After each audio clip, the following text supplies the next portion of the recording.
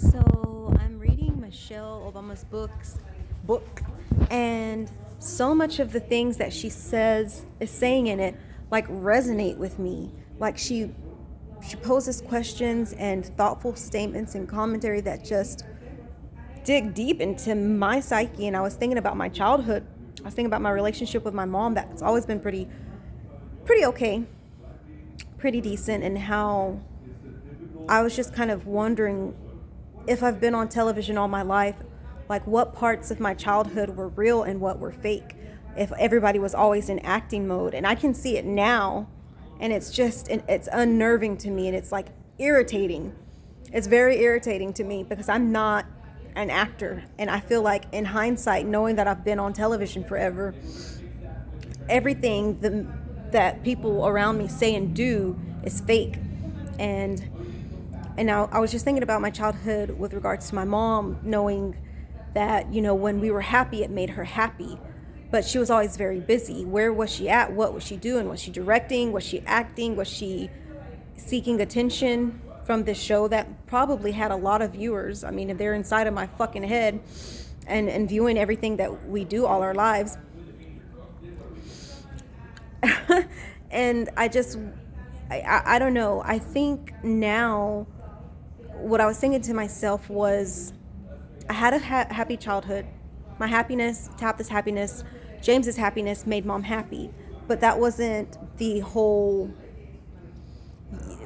her whole universe. She made a lot of time for herself outside of outside of us. And I think that something dark and different than mom and the directors, or I guess if there's directors, is driving this ship, and I fucking hate it. Like, it's this show, my psyche, my life has taken a turn for the worst, and it's not my fault. And I just want to know what is driving this ship. I know it's something greedy and dark and manipulative, and I want to pinpoint it, find it, and I want to slay it.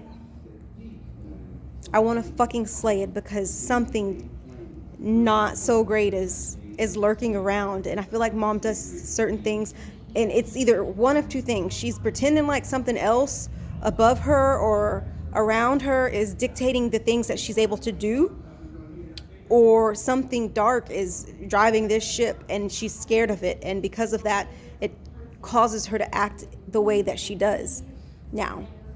And she's probably afraid because I'm sassy. Like, I have a good foundation. Again, I don't know if they edited my hacked videos, because I got drunk and my cousins probably went through my phones. There's nothing bad in there.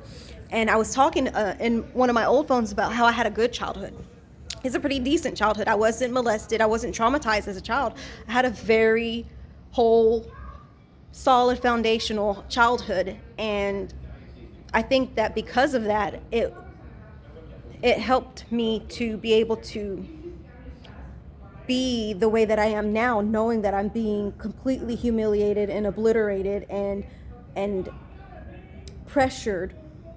Y'all can't see everything that I experienced, but I experienced things like tapping. I don't know if it's a neurological link that can go to very pinpoint parts of my body, but they tap on my ring finger, my left hand, like, get married. I'm like, I'm not getting married. No. And or if it's like a ghost demon, I don't know. And it taps on my ring finger all the time. If something good happens, ring finger. If something bad happens, which happens quite often, something that I want it to accomplish gets blocked, ring finger. I'm not getting married. I'm not going to be pressured into getting married to some fucking demon that wants to own me further. No.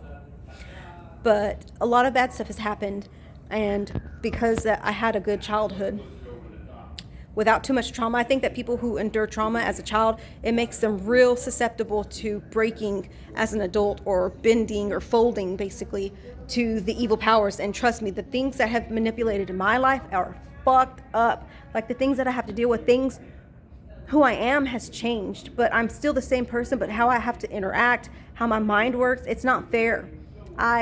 Fuck all the wokeness in the world. It's not worth what I lost. And what I lost was who I was. I was happy, I was free, I was good. I don't care what nobody says. And so people are like, she just fucking walks around and like her shit don't stink, and we're doing all these awful things around her.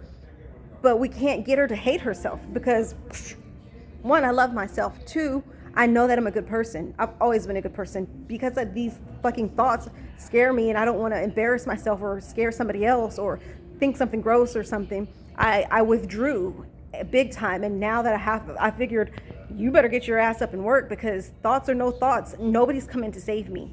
So I have to get my ass up off the floor, start work. Like whenever we came back from Virginia, I simply slept.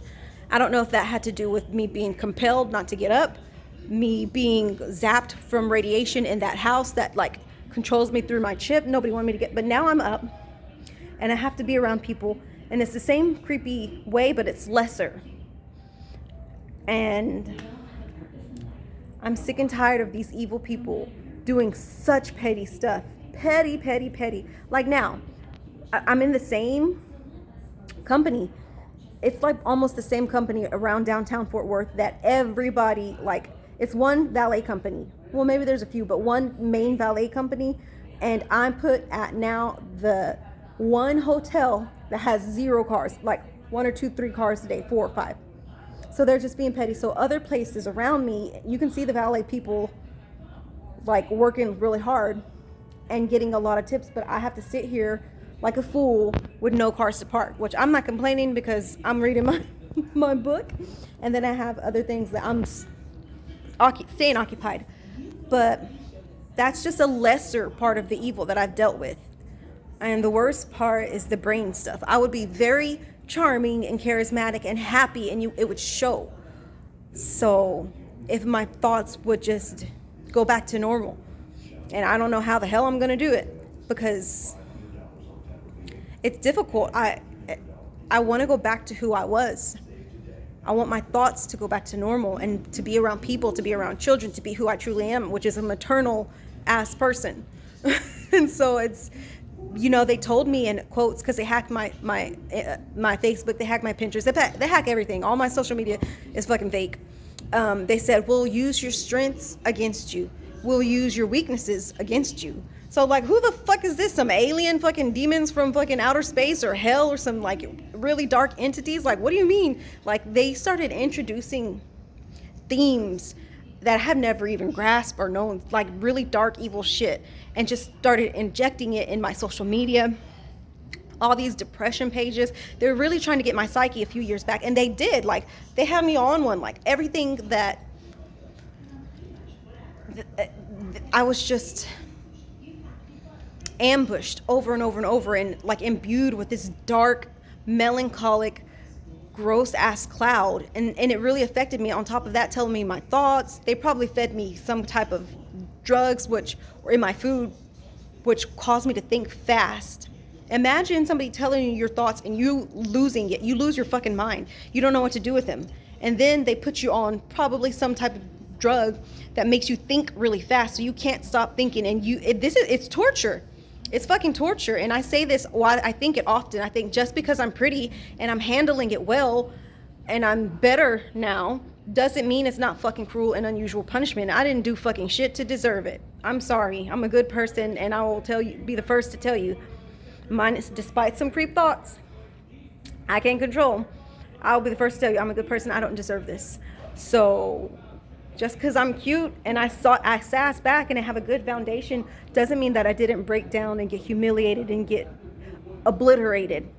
And now I can't drink with my cousins no more, because I don't know if they're going to try to put my vagina online or my ass or try to humiliate me or edit. Like, I know that this show has some good editing skills. I don't know if I have a twin who steps in, is sleeping with people, is on TikTok and all those things that I'm not. I'm not on none of that shit. I'm not on TikTok. I'm not on fucking Tinder. I'm not on, I don't know what's the other stuff. Snapchat. That's just, I don't do that. So, like, there's so much, and the not knowing is one of the worst parts. Like, everybody around you knows, but you. Like, everybody sees things that you can't see, because every fucking cell phone I get is already rigged that I can't even Google my name. Nothing will pop up. So, and now I'm being told I'm in school, about to graduate. My fucking family's about to plan a fucking getaway vacation for this bitch. Oh, hell no. So I think that my anger is taking over, and I've been really angry lately. And that don't make me a bad person. I deserve to be angry, and I'm fucking am. So I try to remind myself, calm the fuck down, like stop. Especially during Lent, because sin is double during Lent. But I want to find out who's driving this fucking slave ship, and I want to fucking break my shackles and push them overboard. Lady overboard. So those are my thoughts. But gosh, like reading her book is just like really opening some doors in my mind.